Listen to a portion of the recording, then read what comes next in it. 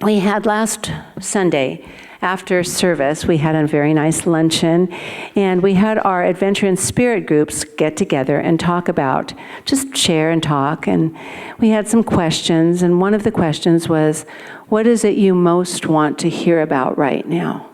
What's on your heart? What's going on? And what came up just across the board is that people are very worried about our world. It's not just our little community or what's going on, but about our world in general and what's going on. And what do we do? What do we do? How do we help? There's so many things, so many problems and tragedies and chaos and disruptions, and we hear about it so much because it's social media and it's right here in front of us. Well, what I remembered, and this is a quote that I've used for many, many years, and I'm just going to guess 5,000 years old. So this problem's been around a while, but it's by Confucius, and he says, if there's righteousness and goodness in your heart, righteousness and goodness in your own heart, there will be beauty in your character. If there is beauty in your character, there will be harmony in your home. If there is harmony in your home, there will be order in nations. When there is an order in nations, there will be peace in the world. I read that because it gives me just what you were talking about today, Sharon, hope that even the small part I play and we play, we can make a difference in what's going on in the world. We can make a difference because if we clear our own minds and hearts, the energy that we hold makes a difference in the larger scheme of things.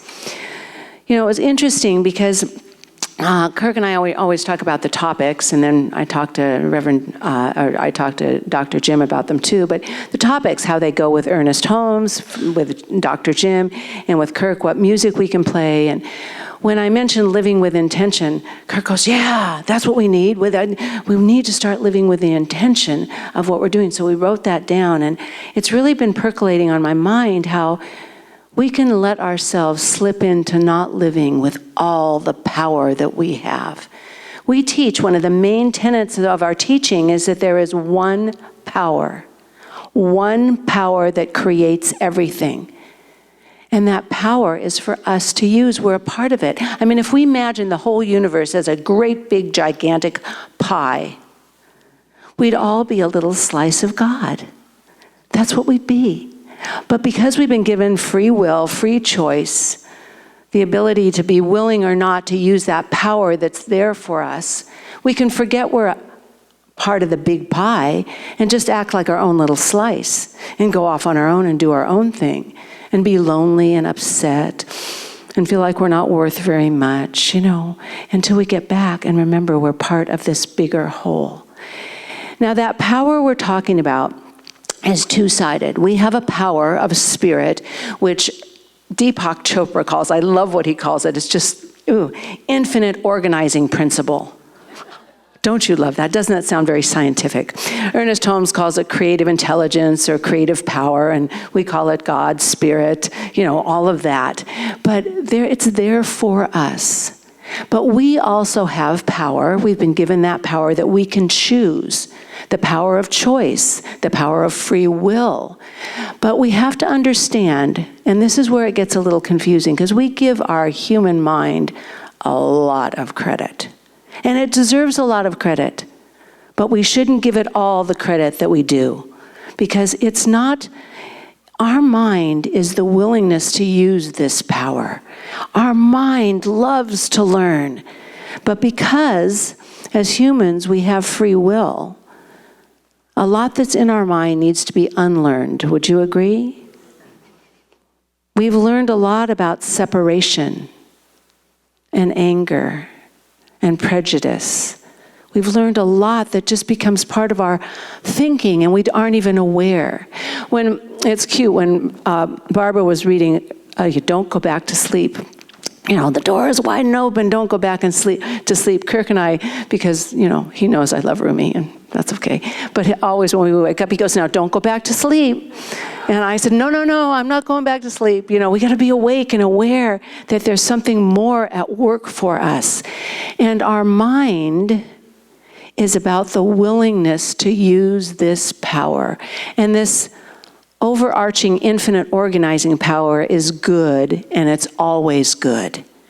There's nothing it can be but goodness. Now, it doesn't judge if we misuse the power and we do bad, naughty things with it, because that's a learning process. But that power is good. Our mind, let me read a few things about why we should just keep our mind in check. Well, first of all, we need to keep it in check because since it is the tool that is open to that infinite power for good, the power that we can use, we have to make sure there's a willingness to be open, because that power responds to us according to our willingness to use it. So here's what we do with the mind. The human mind can achieve great things, but it can also limit the things we know because it has free will. It can decide, I don't need to know that.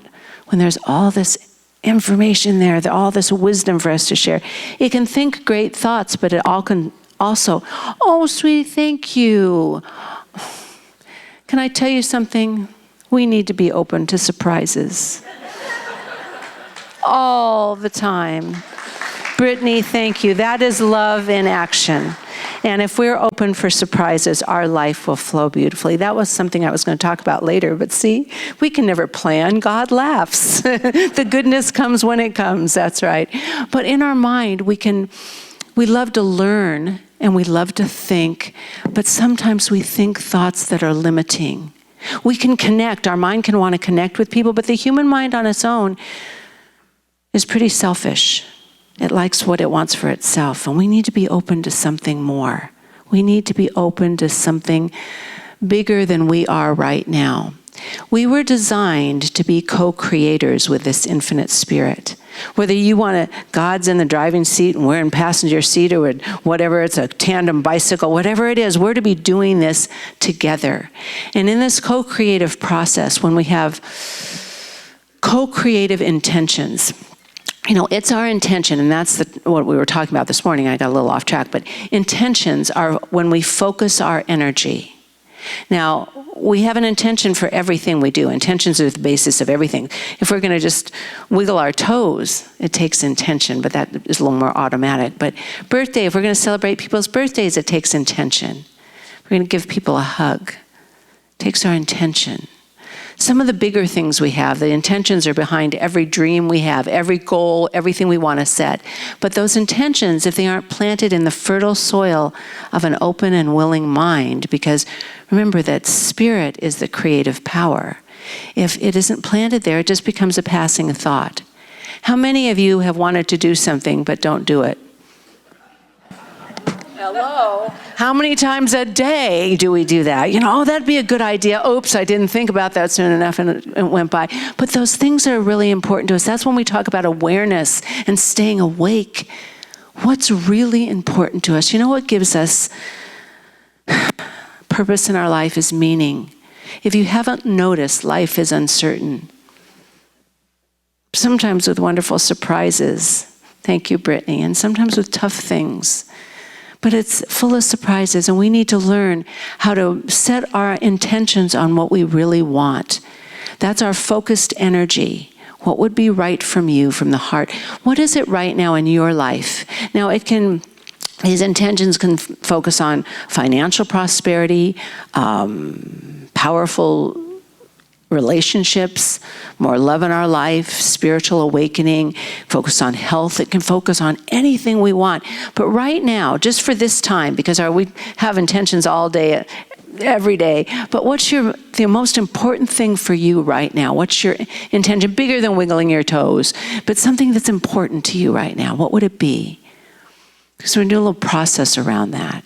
Because we want to get our intentions, because we can really be very powerful in our life and make a difference, because we're like human antennas. We're giving and receiving energy all the time through our thoughts and our movements, giving and receiving energy. And if we lift our energy up with powerful intentions and thoughts, and that becomes contagious. So it becomes contagious. So just close your eyes for just a minute if you feel like it. Just ask, what is my intention I'd really like to create in my life right now? And listen, in this rocky world, in this world that's bumpy, and just we aren't sure how firm the soil is we're walking on, I'm sure there's lots of intention for things to make life, it could be more stable, more abundant, more joyful, more positive, whatever it is. What is one intention right now that we can just try a little practice? Let me go in there and decide what my intention is. Okay.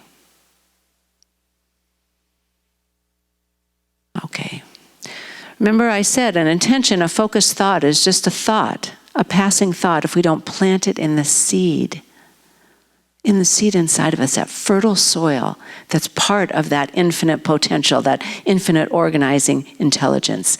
We have that in us. That's the core. Jesus called it the still small place within, that the room within. That's a place that we go. We call it the divine urge, or our center that's untouched by any of the problems of the world. So first thing we have to do when we have an intention is get clear. What is it I really want? And really check on it. Go through it and check on it.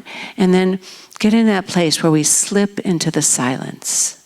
We need a place of silence. And it can be done, it doesn't have to, don't have to go to a meditation garden or to a retreat. It can be done any moment. You just slip into that silence.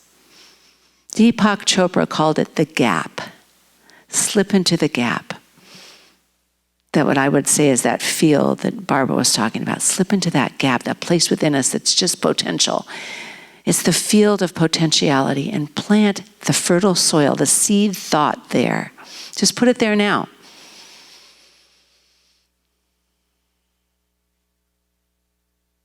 And then rest in it. Just rest in it. Don't put a lot of, and I want it this way, and I want it that way, and could it look like this? Could it be this? Could it be? Just plant your intention, because we set the intention of what's important to us, and we don't always know the way it's going to look, right? Or when it's going to come.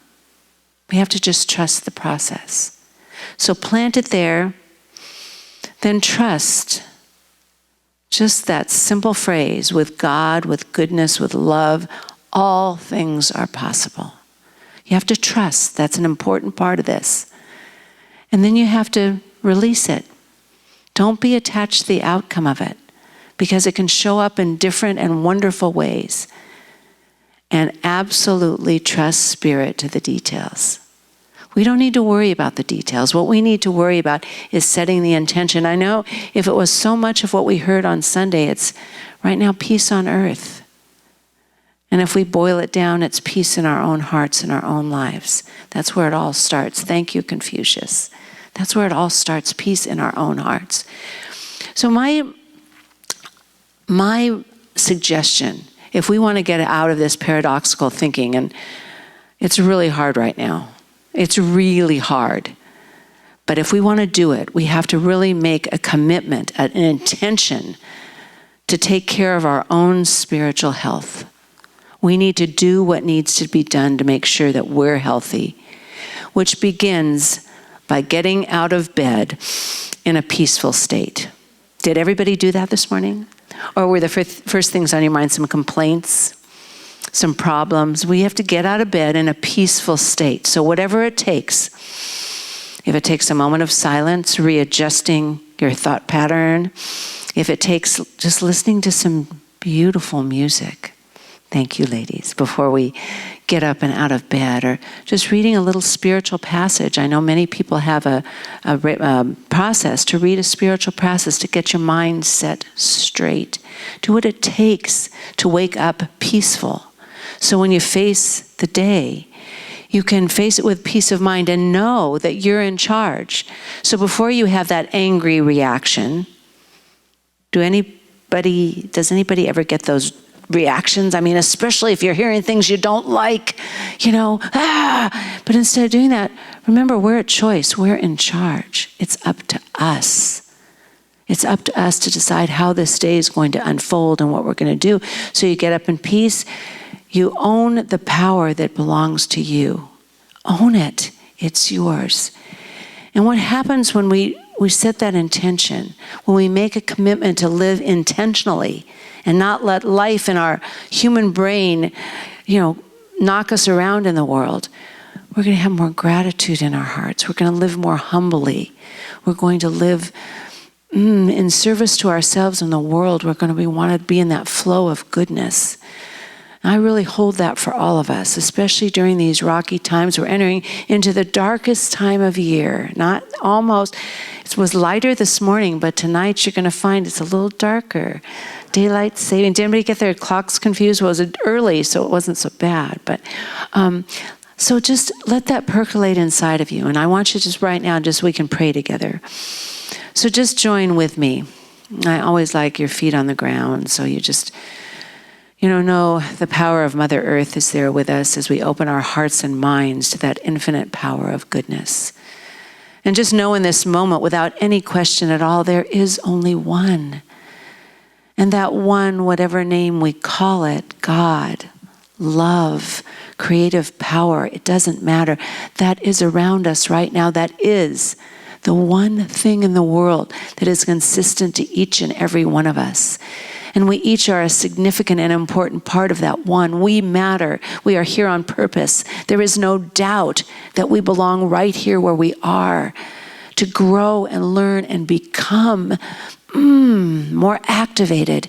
When we become powered up in spirit, activated in the principles of goodness, of possibility, of love, where we do that so we can handle the challenges we see in the world. We can handle what's going on outside because our inside is on the intention that we matter, that we have power, that goodness is the truth, that love is the essence of everything, no matter what shows up. That people in our lives are on the same journey of awakening, unfolding as we are, all fragile and doing the best they can. And we know that and see that.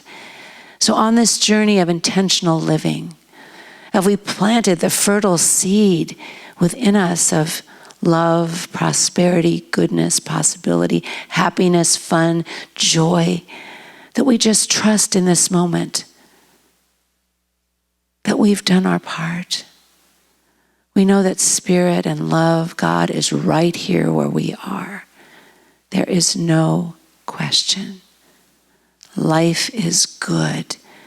And as we feel that beautiful intention of living consciously and becoming aware of we are that beautiful slice of God that's part of this big, interconnected part of life, we can not only depend on ourselves, but we can depend on each other.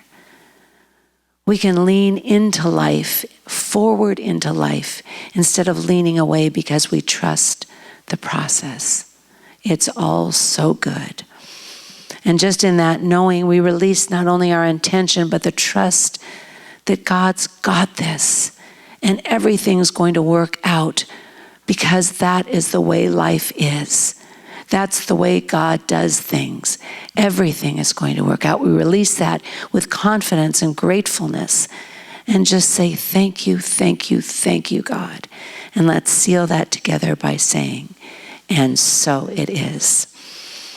I'd like to close with another quote I use very often that reminds me if I'm on track and if I have my intentional living. It says, we are born to be happy. We're born to be happy, so that's a good meter, a good thermometer. Am I happy? What would it take? To be abundantly supplied with every good thing. It doesn't say everything, every good thing.